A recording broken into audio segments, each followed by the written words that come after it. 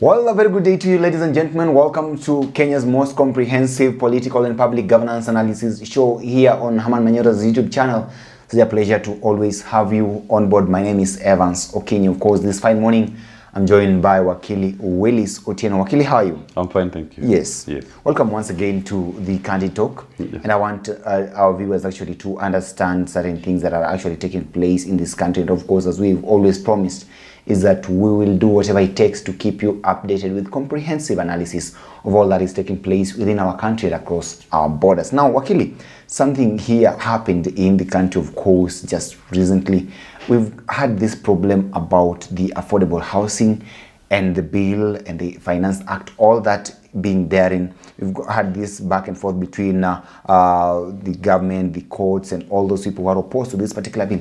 But then, apparently, the president finally assented to this bill in a very glamorous ceremony at State House. That was attended by people from, let me say, all walks of life, so to say, because I saw a number of people present at State House during the assenting of that particular bill into law right now. Now, I want us to begin from here. Make me understand this. One, was that ceremony necessary? You know, the first thing you must state when you're discussing the affordable housing bill, start by the illegal collections. Between last year, July, to this year, March, the government has been collecting the housing levy without a legal framework. And the courts have declared that housing levy that was introduced in the Finance Act to be illegal, unconstitutional, null and void. So to begin the conversation, what Kenya Kwanza needs to do is to refund Kenyans that which was deducted from their salaries. Because from June to March, for those who are deducted, that collection was illegal. So they should be starting by saying, refund everybody their money, those who contributed. First step. Then you go to the next step. Okay, we've all given Ruto'S back our money. Let's now go to this new one. You've now come with what you're calling the affordable housing levy. And you're claiming you're going to charge it on people's taxes. You've set up an act of parliament. The first component is this. Measure this act vis-a-vis the constitution. Okay. Is housing a national government function? If you get that question right, and look at the fourth schedule of the Constitution. Housing is a devolved function. It's a function of county governments. Then you now go to the Act. In terms of the rolling out of this affordable housing levy, is it being done by the national government or the county governments? Who is managing this fund? Is it the county or the national? It is the national government that purports to be the one vested responsibility to manage this. That act is illegal and constitutional ab initio. The national government cannot purport to carry out a county function using the act. They are trying to amend the constitution through the back door. So it is not necessary to have the act in the first place. Okay. And then it is not necessary to do such a pompous ceremony to sign an illegal act. Everything about the housing levy breeds illegality. It is screaming illegal and constitutional. There is no legal basis from our constitution that will afford the national government, the responsibility to levy this fund and to manage it and to run with it. Okay. The other thing that I must ask, and I had said this before, what is this they're trying to do? And they're calling it affordable housing project. And I'll invite any Kenyan to go and look at the square meter of each of those units. What is the price per square meter of those units that are being sold? Are they really affordable? Look at the quality of material that have been used in some of those projects. And I gave you an example. The private sector is doing it at a cheaper cost. These affordable housing units, if you calculate the price per square meter, they are more expensive than what the private sector is offering in the market already. per square meter. Then look at the quality of material they're using. Then look at the impact of this project on the socioeconomic development of this country. It will not change anything. It will not address the housing problem. They are told us they're going to put up 500,000 units per year. The first year has come to an end. We're in the second year. Okay. The units have not even reached 10,000, despite the illegal collections. This is a huge scam that is meant to rob the people of Kenya of their money. Okay. But one thing we must all appreciate, a broke government will bankrupt you, the citizen, Okay. before it goes bust. Okay, this is what the president had to say. Definitely during that particular ceremony, he said here that the housing bill today is even better than the one we envisioned earlier. Those who went to court thinking that they will stop this, they've only helped us to make it better. You see how God works. He causes your adversaries to work for you. Now, make me understand what you make of the president's assertions during that particular ceremony with regards to those sentiments that he made at that time. You know, as I said, the housing levy, the Affordable Housing Bill Act now, it should get its authority from the Constitution.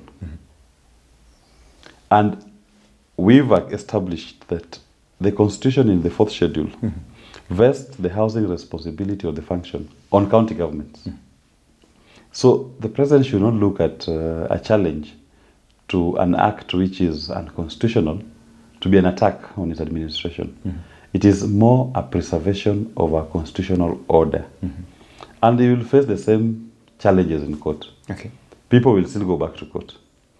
And I told you last time that the housing levy that they had collected was not assigned to any Appropriations Act. If you go to the Appropriations Act of last year, there is no appropriation. And that into which this money was going to be paid, through which the money was going to be paid into the consolidated fund. There was no MDA that was allocated or assigned this housing levy. It was just being collected. We couldn't tell how it was being appropriated. How was it coming out of the consolidated fund? It's not there. He's hoping now he can address that with the new law. But still the question that begs, does it meet the constitutional threshold? How can the national government take over a function of the county? If he was genuine, then let the money be collected and managed by governors. And that is actually what brings me to my question here. You remember, of course, the court ruled this act unconstitutional and illegal for that matter.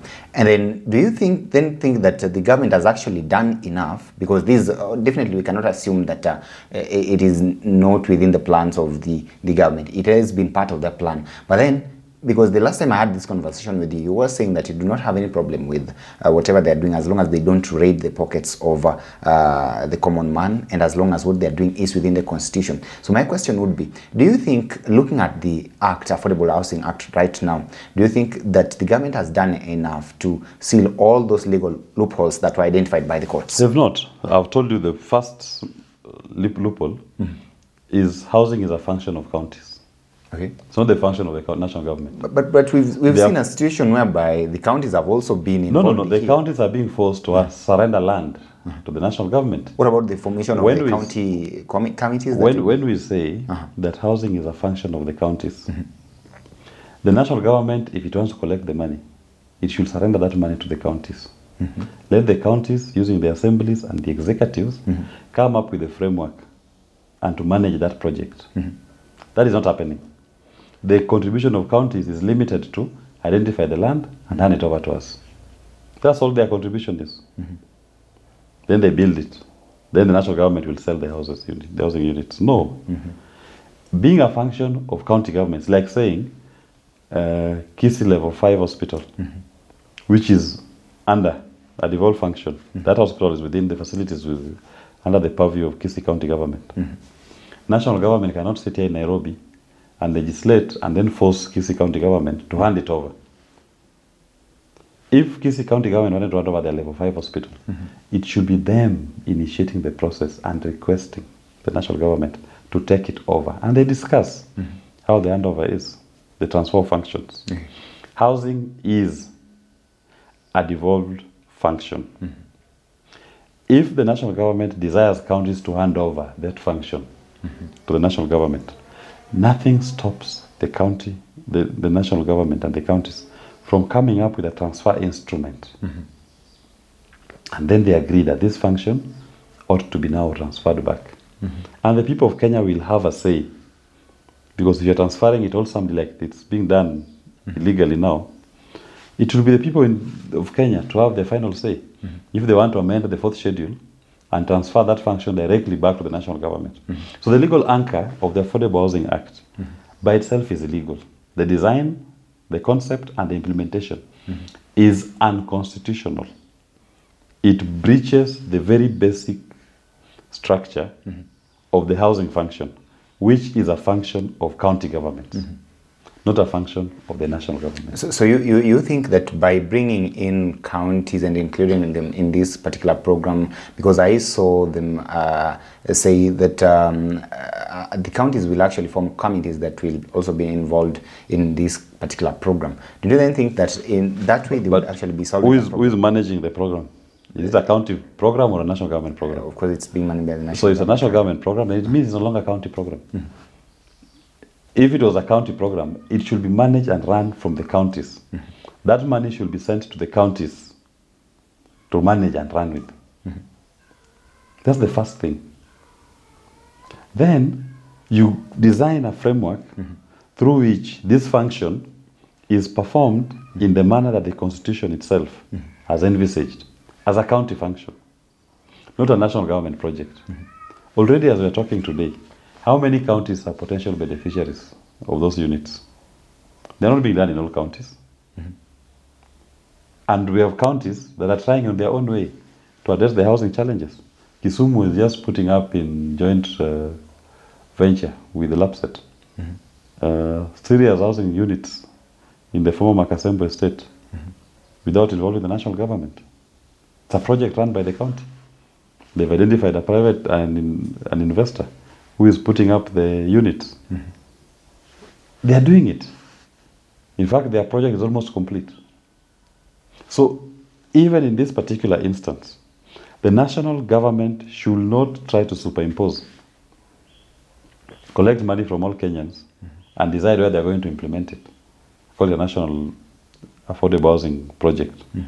There's no unit being done in Marsabit. There's none being done in Lamu. There's none being done in Tana River. There's none being done in Siaya. There's none being done in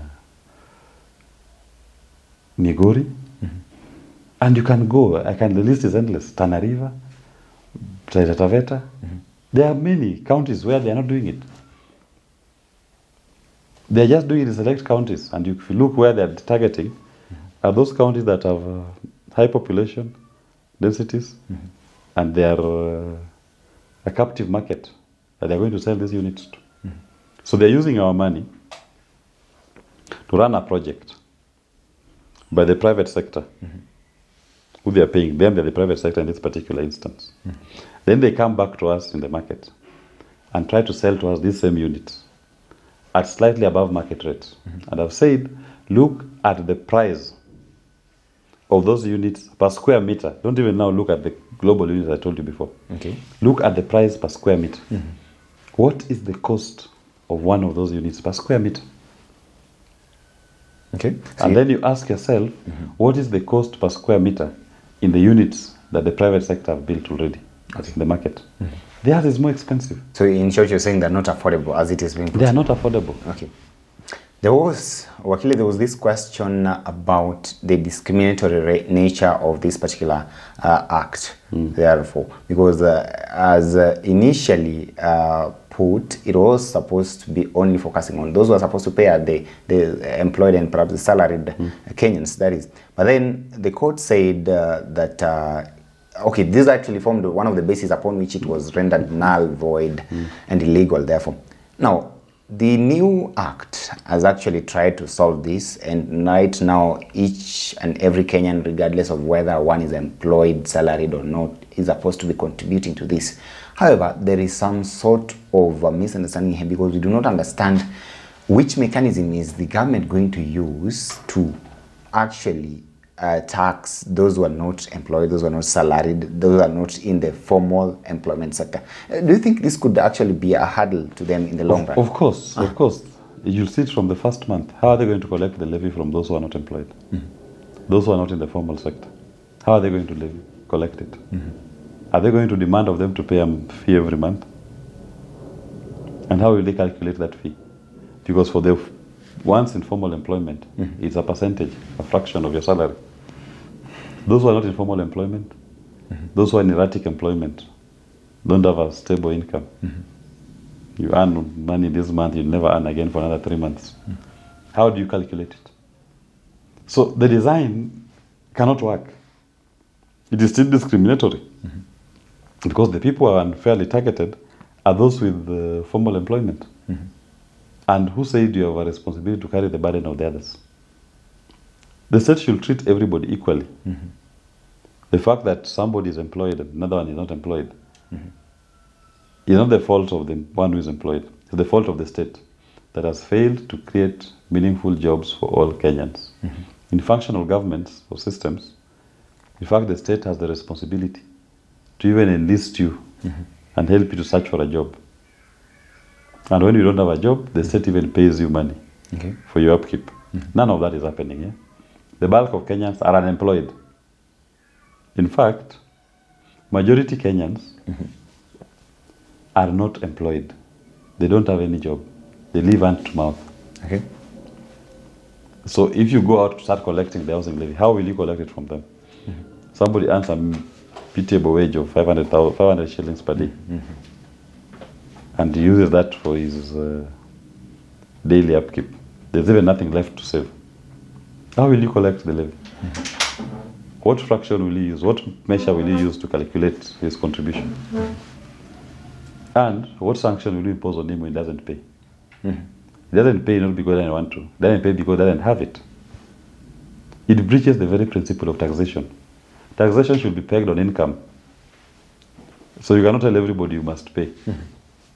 So either pegged on income or consumption. Consumption tax is targeted at VAT when you buy a consumable or you use a service that is you consume a service. How will they collect this one? Because then it means you want to tax people without an income and without consuming. How do you charge that tax? Any first-year law student in tax will tell you that by its design is illegal. It cannot work. Now make me understand. The president says 20% of these affordable houses will actually be under what we call social housing, and then the next 50% be for the low class, and of course he's saying that the rest of the 30% will be for the middle class in terms of our social classes in this particular country. Therefore, simply saying that all of us are involved, all of us are catered for, and this is a program that should be embraced by all Kenyans, because for the first time, even the Mamamboka down there can just use, with as little as 3,000, you can own a house. I wonder what you make of the president's assertion, say, bring all of us together in this particular moment. What do you make of his statements? What has he ever said that came to pass? I mean, you judge somebody by his history. What has he ever said that has come to pass? So even in this one, why do you expect something different?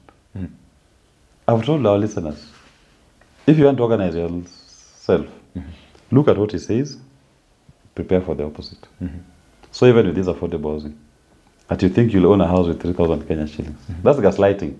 It will not happen. Forget it. What has he ever said? I always ask, just tell me he said A and B happened. It doesn't happen that way. Everything he says, the opposite happens. So what miracle is it that's going to make now the houses become to be owned by people, Mama Mboga at 3,000 Kenyan shillings? It will not happen. You're talking about you're targeting middle class. Go here in Kilimani, Kilelesha. How many units are unoccupied? The houses are there, many. The question is, are they affordable? The question you should ask, I've told you, the housing units they're building, per square meter, the price, and the housing units in the market already, per square meter, theirs are more expensive than the private sector ones. there are no middle class who are taking up those private sector ones. If they can't afford these ones which are cheap, I always say, and I insist, the problem of Kenyans is not that they need affordable housing. Kenyans need affordable living. Okay. Without money in their pockets, you can put as many mega structures as you want. Without dealing with the income problem that Kenyans are facing, those units will also be empty. They will turn into high-rise slums. Mega structures that are socially broken down. No amenities will be working. Your problem should be to deal with their cost of living. How much are they earning? How many jobs can you create? So that people have money in their pockets and they're able to spend in your economy. Kenyans need affordable living, not affordable housing. The housing component will come on its own as a natural consequence of people having money in their pockets. And Kenya Kwanza just does not get it. We will still be here next year, and next year but one, discussing poverty and Kenyans living in squalor. Not because of the housing. It will be because of you not come up with interventions that employs them, that gives them opportunities to earn a living, that gives them an opportunity to invest their best innovations in an economic venture. The problem is, that's the problem. The problem is not that Kenyans are living on the streets. As some old man once asked, nani hana kwao? Kila mtu akona kwao. All Kenyans have a home, however basic it may be. What seems to be the pervading issue, Kenyans don't have money in their pockets. Kenyans are poor. Give them money in their pockets. They will build for themselves homes. They will be able to buy housing units in the market, which I'm telling you are cheaper than the ones the government is putting up. But if you insist that you force everybody into a mega structure, which even by its design, you are not going to build 500,000 housing units here. Forget it. Government will never build those 500,000 units. Saying there will be one for every Kenyan. I am telling you, they will never build it. That's the kind of statement that I saw come from one of the member of parliament, of course. I am telling you, those parliaments, I've told you, those are the most useless breed that we have in the nation. Parliament is the most useless institution. In fact, the 13th parliament, I told you, that's a caste parliament. Forget about it. Nothing good will ever come out of it. So they are not even able to. So you are seeing most of them now are complaining about the Finance Act of last year, saying that the document is too voluminous, they never read. So you're voting for what you didn't read. Okay, Wakili, be it as it may, here we are. Busia Senator Okiya Omtata has said that he's going back to the court, of course, to challenge this particular act again. What do you think would be some of the things that he would cite out at this particular moment that even the courts would still agree with him on, and that you think would perhaps stop the government from going on with that program here? Of course, the senator is well within his rights to challenge the act in court, and that's an action that is welcome. Just off the table, without even looking at the act, I can tell you the question of discrimination, constitutionality, in terms of the function, are going to be some of the issues that are going to be discussed in that court case. And we wish to see how the court is going to deal with them. I heard him mention about the common man is actually overburdened by these taxes. Could that be, could that form also a legal Of course, that will be canvassed under the discriminatory aspect of it. Because the burden of taxation at this particular point is only borne by those who are in formal employment. But the burden of taxation should be shared equally or equitably amongst everybody. In this particular instance, you are putting the heavy load on the back of those who are in formal employment at the expense of the others.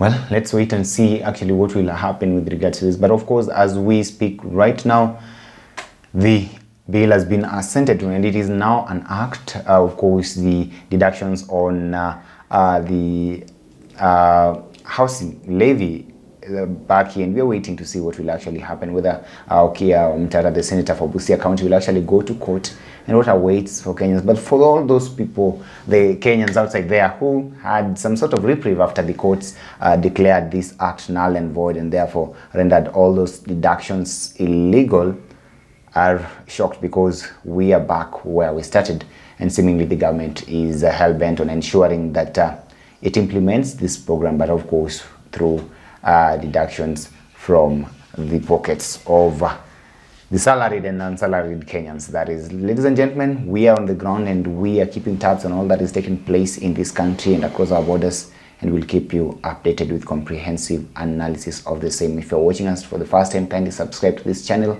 and of course stay tuned. I will be here bringing you up to date with all this information. My name is Evans Okinyi. Till we have this conversation again, have yourself a lovely day.